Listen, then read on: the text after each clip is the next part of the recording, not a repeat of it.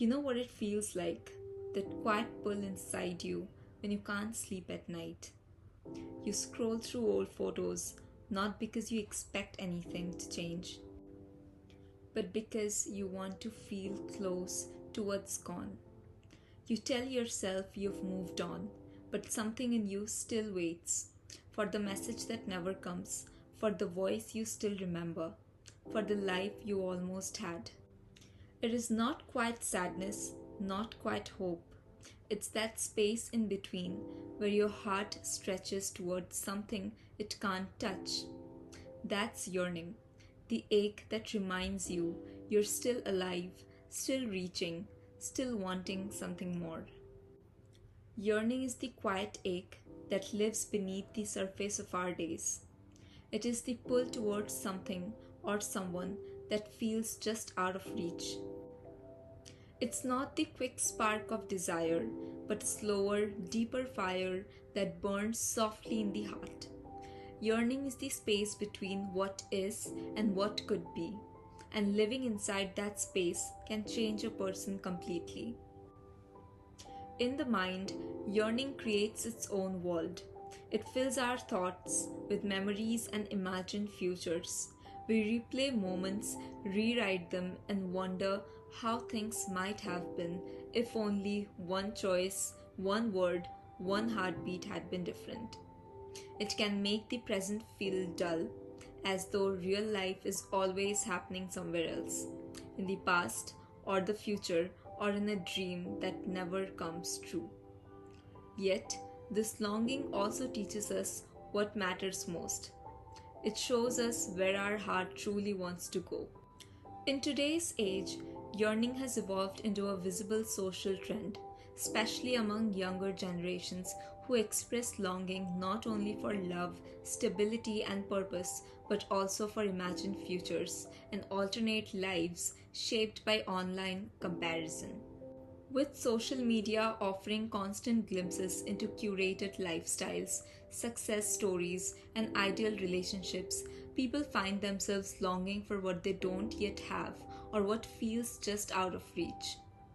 This longing is no longer private, it is shared, aestheticized, and romanticized through dreamy visuals, soft music edits, nostalgic quotes, and cinematic storytelling.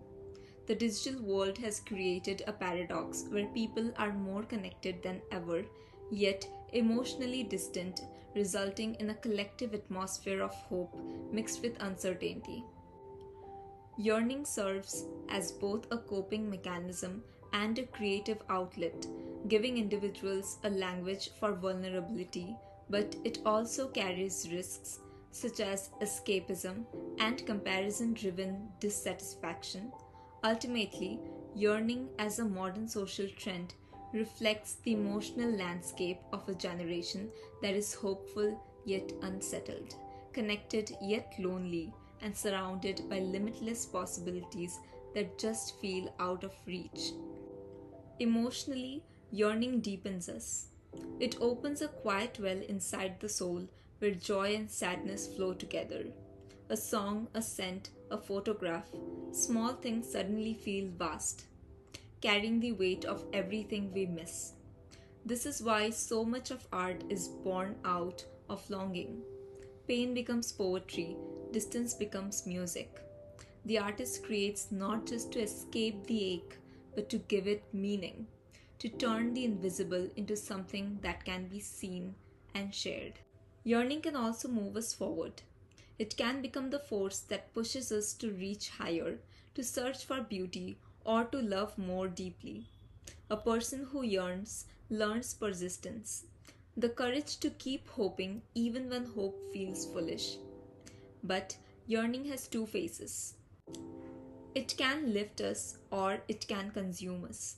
When we cling too tightly to what we can't have, we begin to lose sight of what we already do. The longing that once gave life its color can start to drain it away. In relationships, yearning is both bridge and barrier. It can draw people closer, a shared tenderness that says, I feel the same ache as you.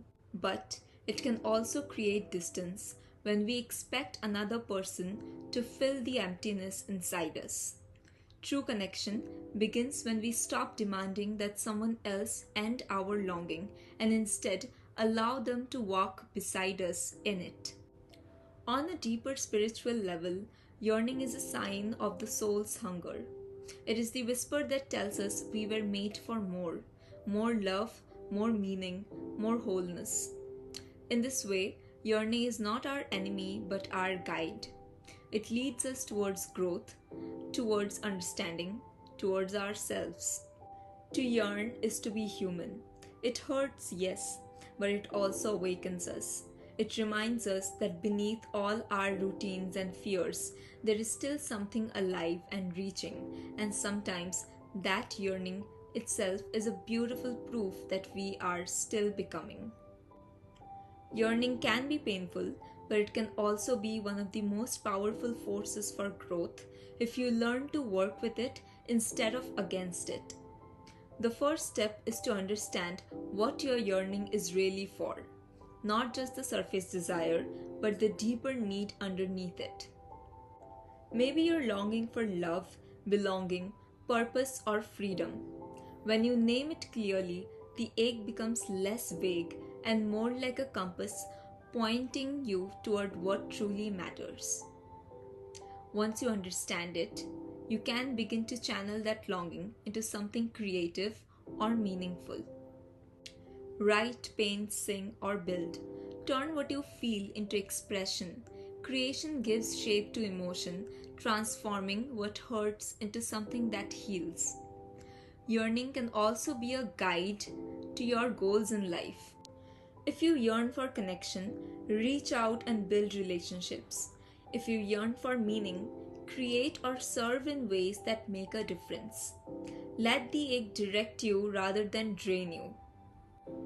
Of course, not every longing can be fulfilled, and that's part of being human. Some yearnings remain, not to punish you, but to remind you of your capacity to feel deeply. When you accept what can't be changed, the ache softens into understanding. You begin to see how yearning deepens empathy, helping you connect more tenderly with others who also carry invisible longings. Over time, the feeling that once seemed like emptiness becomes fuel for art, compassion, purpose, and self discovery. Yearning, when transformed, is no longer just a wound.